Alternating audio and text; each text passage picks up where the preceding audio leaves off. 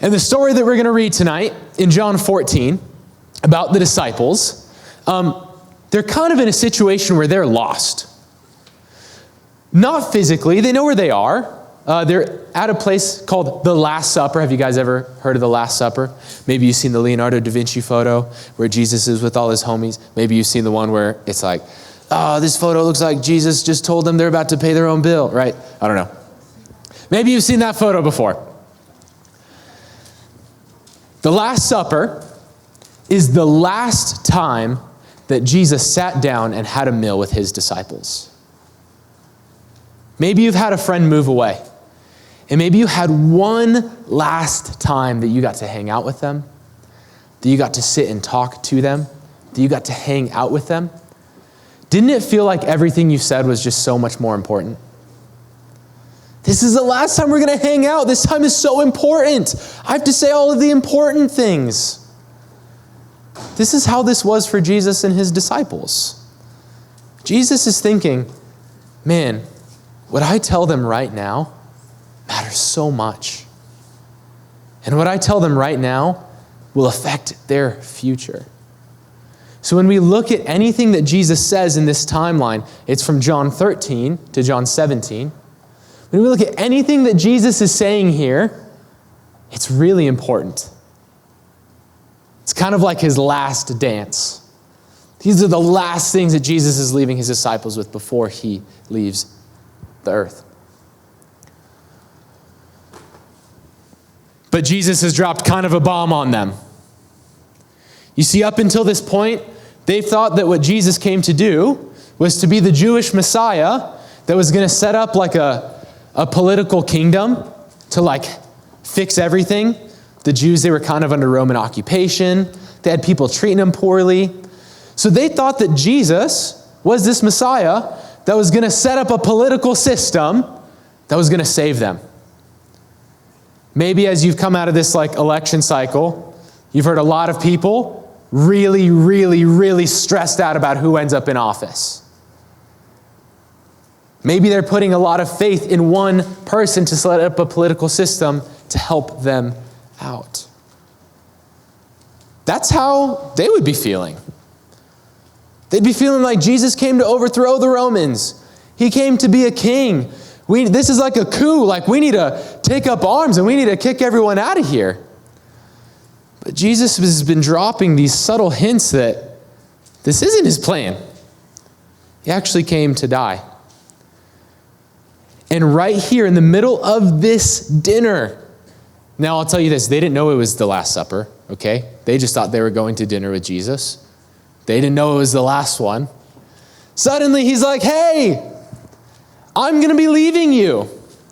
I'm going to be going. The person that you've been following for 3 years, that you've put all of your hope in, I'm leaving. And actually, one of you is a traitor. One of you is going to stab me in the back. And I'm not going to tell you who it is. I know who it is, but I'm not going to tell you who it is. And then Peter, the Apostle Peter, the self-proclaimed leader, he like stands up and he's like, Jesus, no one's ever going to hurt you. I'll defend you. I'll die with you. And Jesus looks at him and says, Peter, that's not going to happen. You're actually going to deny me. I imagine at this dinner that they thought was going to be like so exciting. Like, man, we're getting to hang with Jesus. This is going to be such a cool time. We're hanging out with our homies. Jesus says all of these things and they're just like, oh. Everything we've ever known and hoped for in the last 3 years has changed. This changes everything. I don't know what to do. The disciples felt lost. They didn't know where to go. They didn't know what to look to. And a lot of them, like Jesus says about Peter, he doesn't look at the right thing. He starts relying on himself, and when people come to take Jesus away and take him to the cross, Peter's like, no, I need to make this revolution happen, and even tries to kill somebody. And the rest of them, they all just kind of scatter. You see, something happens when we're lost, so we don't really know what to look to. We don't know what to look at, and we kind of just flounder and scatter and go all over the place. And that's why I think sometimes in your faith with Jesus, you're not expecting to feel lost. You're not expecting to have doubts. But maybe you watch like a TikTok video and someone brought something up about Jesus. You're like, oh my gosh, I had never thought about that before. They're so right. Is everything I believe even true? And sometimes you can start having doubts. Or maybe it isn't a theological thing at all. Maybe it's not a question someone brought up about Jesus. Maybe it's something you've been through. Maybe it's something that somebody's done to you. Maybe it's something that's happened in your life, and suddenly everything you've ever known just kind of goes out the window. And you're like, I don't even know where to look. What am I doing? I'm lost in the woods, and all of the trees look the same. How do I know who's right? How do I know who's wrong? And the reason we're talking about this tonight is because if you're feeling lost now, Jesus cares for you a lot. And what we learn from this story with his disciples is that he actually has a plan for you, and he actually has encouragement for you tonight if you're going through doubts. First encouragement I'm just going to give you, this isn't like from me reading the text, but a little bit it is. This is maybe just more personal. Doubts happen. Can you turn to someone next to you and say, doubts happen? Sometimes, there's times as Christians when you just kind of have a question that you just can't really find an answer to.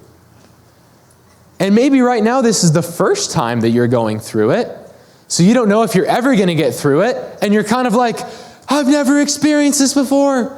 Can I ever be a Christian again? Am I even saved? Like, was Jesus even real? And because you've never been on the other side of it, it feels like so final to you. It feels like you are never going to get past this doubt, and it feels like you're never going to be able to live life with Jesus the way that you did before. I'm going to tell you this. You are not the only person who has experienced this. I bet you if you talked to a bunch of the people who go over there who have been Christians for a long time, and they're sitting in the main sanctuary, and you're like, yo, have you ever doubted before? They'd probably be like, yeah, but here's what I learned from it. And here's how I'm closer to Jesus now that I've been through it. Doubts happen. Don't feel bad if you're doubting.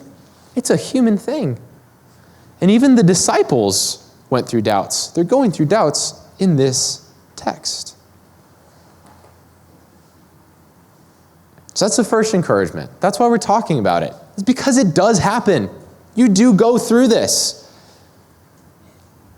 Your life is not abnormal. It's okay. It happens.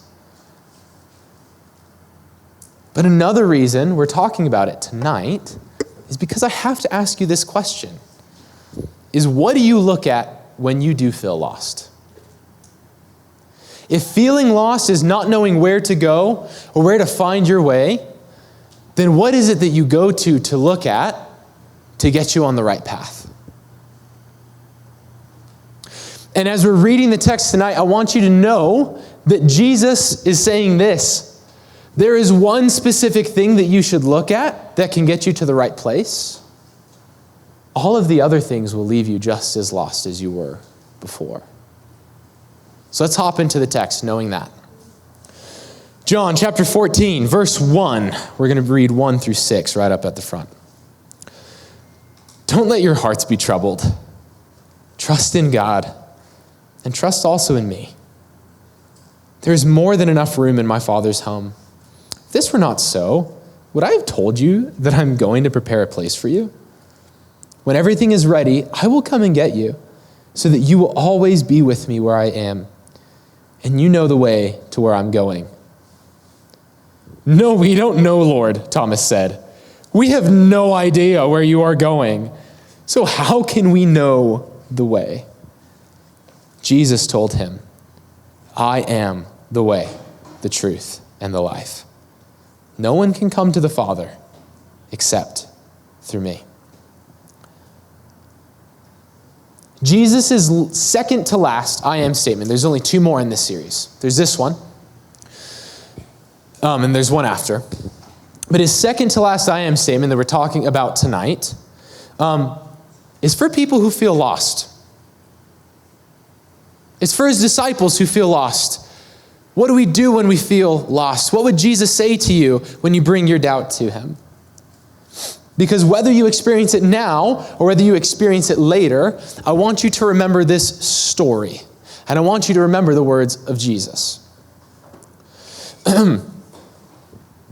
When you're lost in the woods and you don't have cell signal and you didn't remember a tree and you don't know where you are and you're in a place that you don't know, you need to have something to look at that will break through your lostness. And the thing that I think is really good for you to carry if you're going on a hike, it's called a compass. Who's ever seen a compass before? You've maybe even made one in class.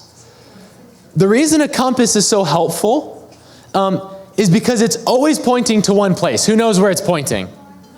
It's always pointing north. And as long as we know in our lifetime, the North Pole is always north. The magnetic field in the earth is not changing. It is always going to be pointing to that one spot. So even if you've lost your cell signal, even if you don't know where you're at, if you have a compass with you, you might not be able to see what's directly next in front of you, but you'll at least know which direction you should be going, right?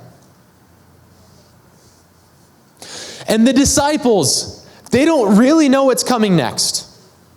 They don't really know what's directly in front of them. They don't know exactly that Jesus is going to the cross. But what Jesus is saying is, even though you feel lost, even though you don't know where you are, I am the way. If you always walk towards me, if you always walk towards what I've told you to, you will get to the right place. Everybody needs a compass for life. Because there's so many unexpected things that happen. You're not expecting to get lost, but you get lost sometimes. And if you don't have something that is pointing to a constant, you might not know where to go. What Jesus is saying in this passage is he is your compass for life. If you don't know what to do, if you don't know where to go, he's saying, look to me.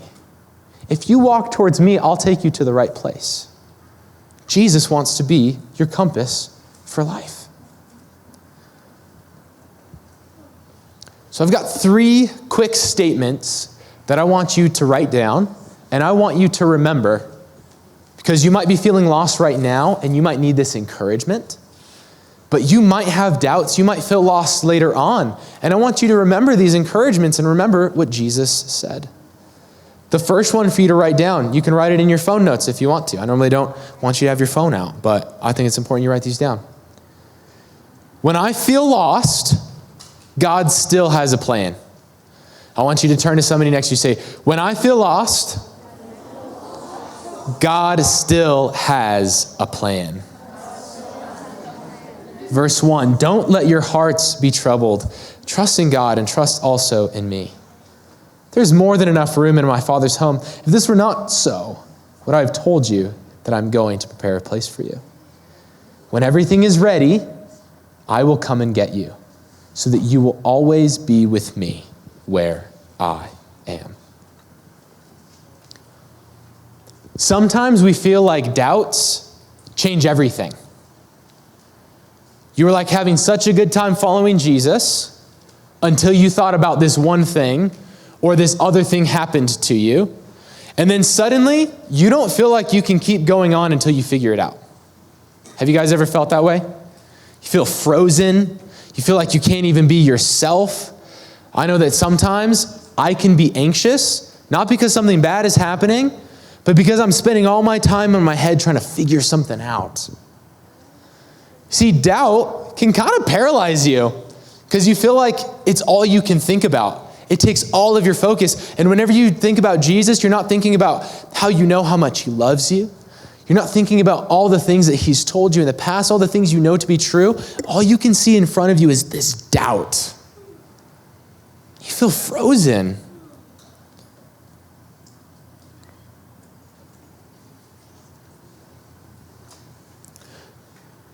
When you feel like you're having doubts and like the world is spinning and like you don't know what's going on, it's only spinning inside of your head. The rest of the world is going on just as normal, and God's plan for your life has not changed. So check this out. Jesus is fully aware that there's some people in the room that are having doubts about like what is going on, and what is his response? He tells them his plan for what he's doing in heaven for them. He says, okay, I understand that there's some doubts going on, but you know what my plan is? I am still going to heaven. I'm still building a place for you, and I still have a plan so that you can be with me always. As soon as the disciples were maybe like freaked out that they weren't here to like build some empire, Jesus didn't change his plan. He wasn't sitting there like, oh man, guys, yeah. I hadn't thought about that before. That's kind of crazy. Maybe we should rethink this whole cross thing. Even though the disciples were having doubts, even though the disciples felt like their world was spinning, God didn't change his plan. And even though you feel like everything has changed in your life, even though you feel like nothing is the same and this changes everything, God is sitting in heaven looking at the rest of your life. And he's saying, this doesn't change anything. I still know the plan that I have for you. I still know what I want for you. And if you just get rid of the doubt and just look at me for a second, I will pull you and I will draw you into the future that I still have planned for you. God still loves you when you're doubting. When you show up to church and you're kind of wondering, man, what's going on? Like, I don't really know if I want to be here. I don't know how I feel about the songs. I don't know how I feel about what's being spoken. God isn't sitting there angry at you. He's sitting there still following his plan to love you. I love that the last thing that he says to his disciples, in the last moments that he's with them, he says, let not your hearts be troubled. He knows that their hearts are troubled. He knows that they're all stirred up inside and that they're having anxiety. And what he wants to do is take care of them and help them to get to a place where they're not feeling that way anymore. When you're doubting, Jesus cares for you and he just wants you to get to his plan. He still loves you. He still has a plan for you. He has not forgotten about you. Even when you're doubting, God is still working.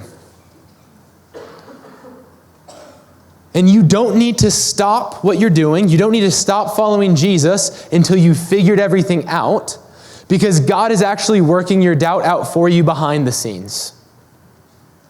Have you ever thought that just because you have some doubt in your head that you don't need to leave the faith completely? Have you ever thought that even if you have something that you have a question about, you can still keep walking towards Jesus and that maybe he still has a plan to answer that for you? What Satan wants you to do is think, man, I had this question. I don't know how I feel about this. I think I need to jump ship and leave right now. But if you just stick around, if you just hold on and trust in God, he has a plan to answer that doubt for you. You don't need to ignore your doubt, okay? I'm not saying that. You should want to have things answered. You should want to find answers to your questions. But maybe you don't need to stop following Jesus completely until it's been answered.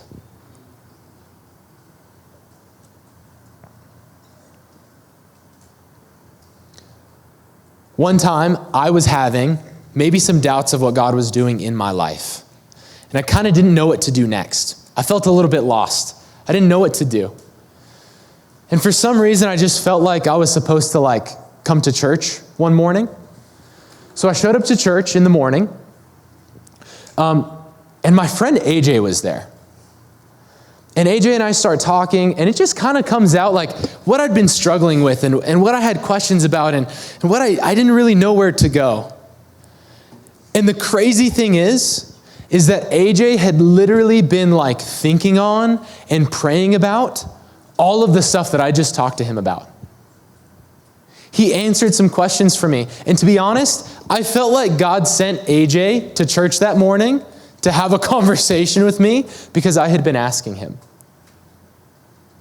You see, I could have freaked out. I could have said, I don't want to show up to the church at all. I want to get away from this place.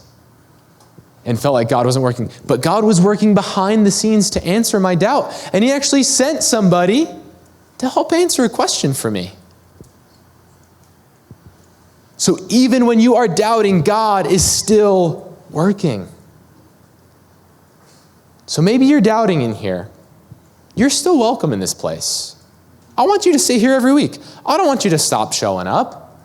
I want you to show up, doubts and all, and I actually want you to ask me questions. Because maybe God sent me to answer one of your questions for you.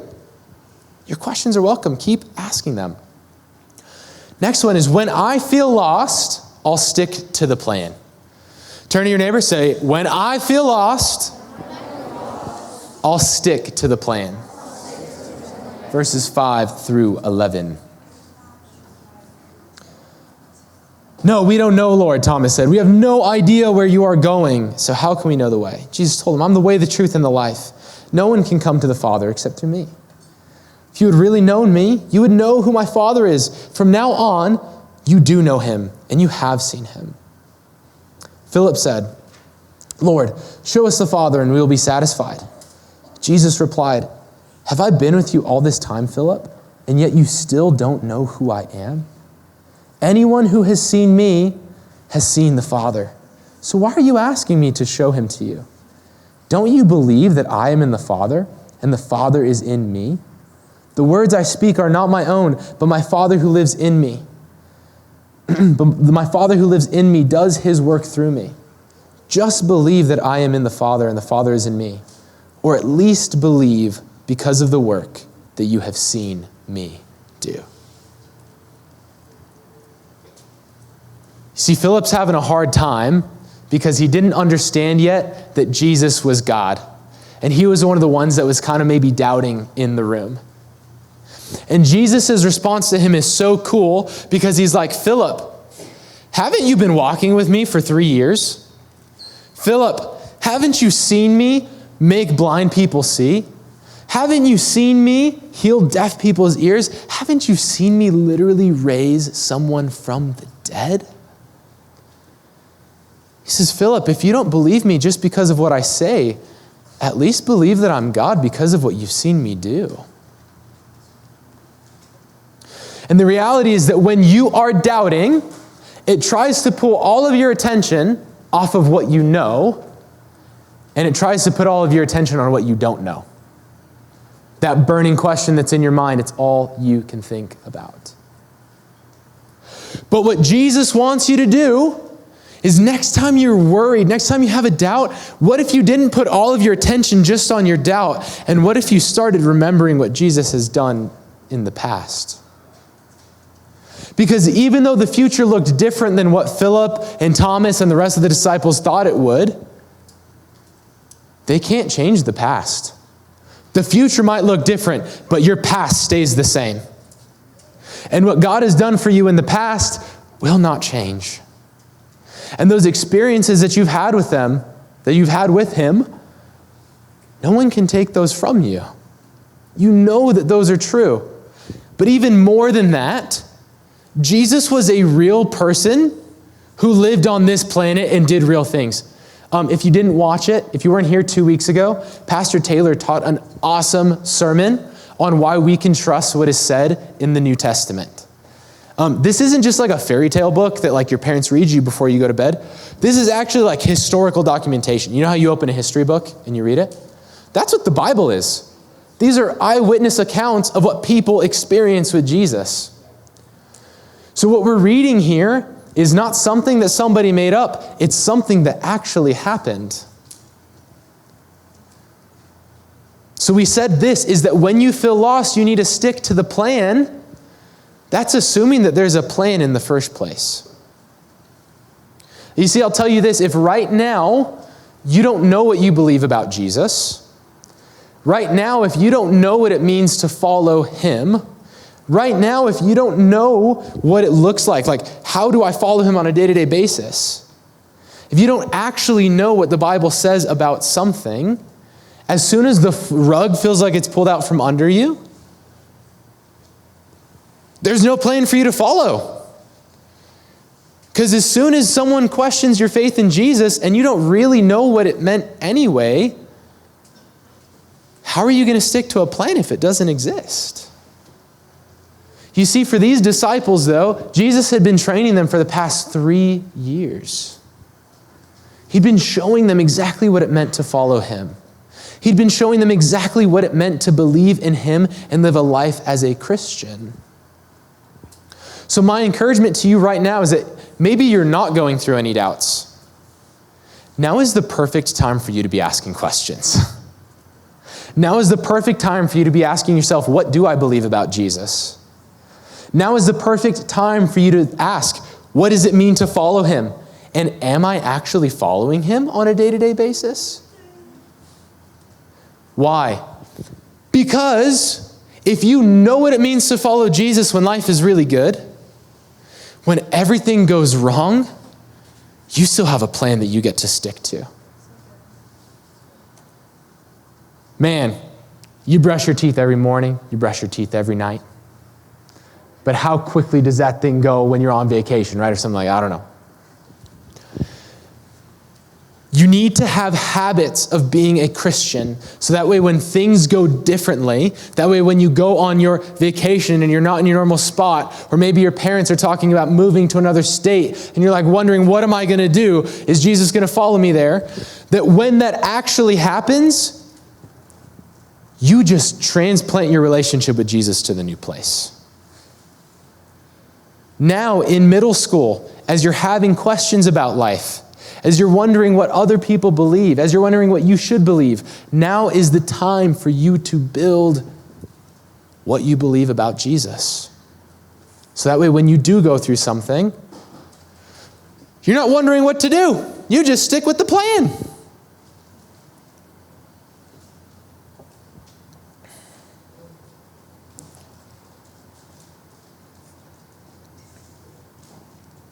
Once you've built this plan, once God has built this plan in your life, when you have a doubt, stop focusing on the plan and start just focusing on what he's asked you to do and leave the doubt on the side. So I want you to do this when you guys go home tonight. When you're looking at stars in the sky, sometimes it can be hard to look at a star that's dim when you look right at it. Have you guys ever noticed that before? So it can be really hard to see a star if you look straight at it. So there's something that you do, it's called averted vision. And it's you look at the star next to it.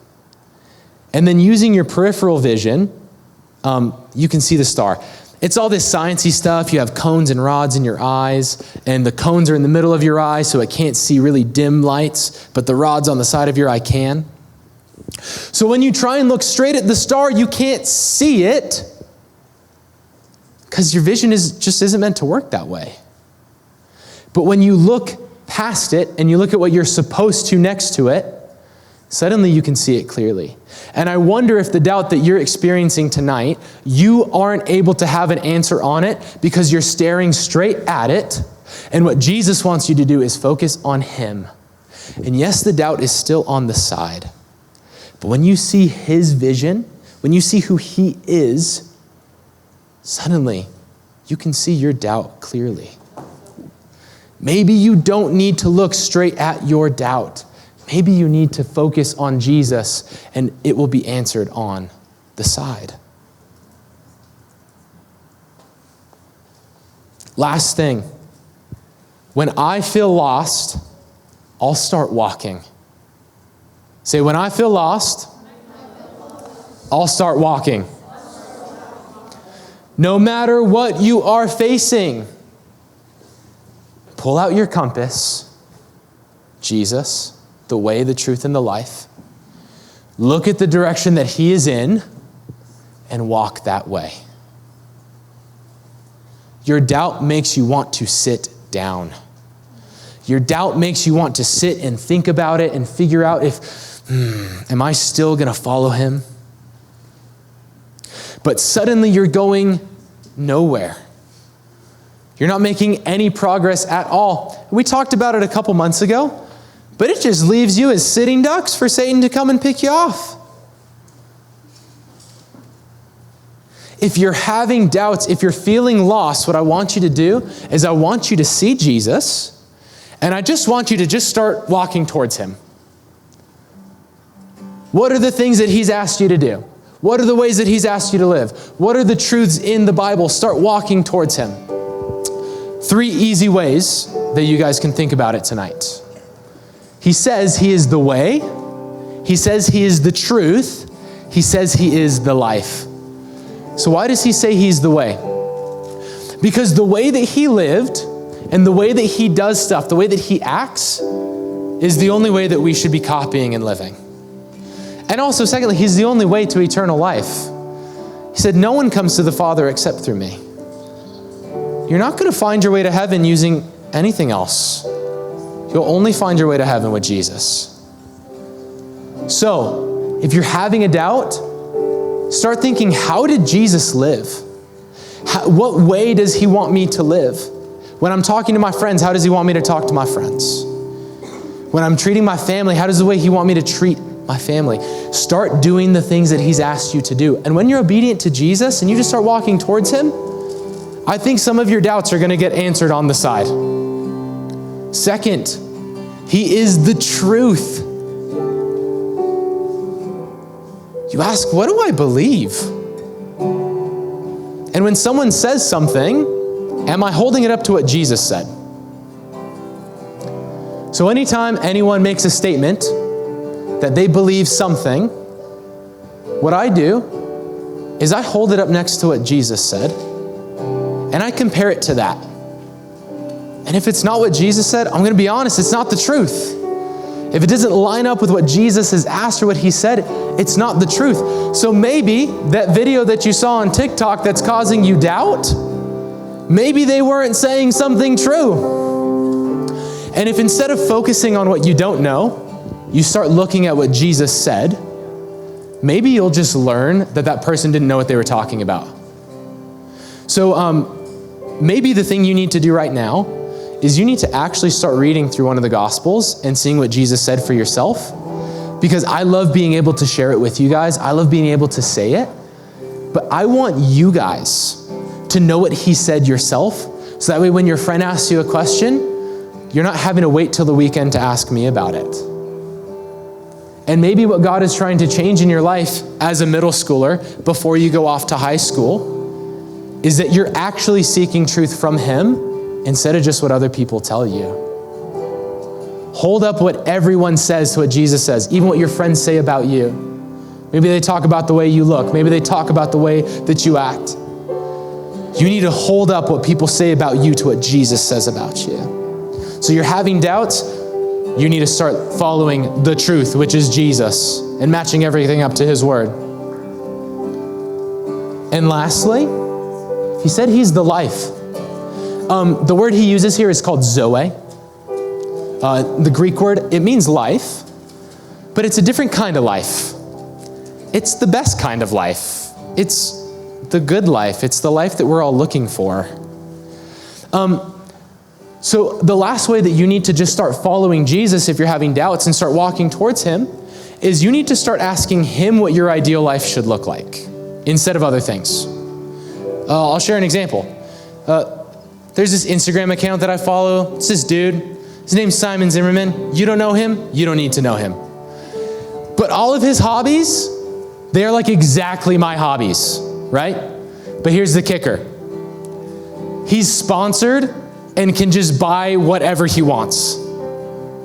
So I start looking at these hobbies and I'm like, oh man, I really like all of these things that he has. And man, he just seems to be getting more of it all the time. And he's got a better coffee machine than I do. And his house looks a little cooler than mine does. And maybe I need to figure out how I can get that because he seems to have all of the hobbies that I want. And subconsciously, without thinking about it, I'm letting this random dude across the world tell me what my ideal life looks like, instead of letting Jesus share with me what my ideal life looks like. Maybe there's somebody at school and you just think they're the coolest person. You just think that they're so good at talking to people, but the way that they go about it, the way that they got popularity, doesn't really line up with what Jesus wants for your life. I can tell you, if you start looking to those other people who aren't following Jesus for your ideal version of life, it's not going to lead you to walk in the right direction. And here's the deal. They might seem really happy at school, but you don't know what life is like for them when they go home. I can tell you this, is that if you ask Jesus what your life should look like, if you ask Jesus what you should be chasing after, it's going to be a full life. And why can I tell you this? Because I've chased after things other than Jesus, and I've chased after Jesus. And I've been so much more content.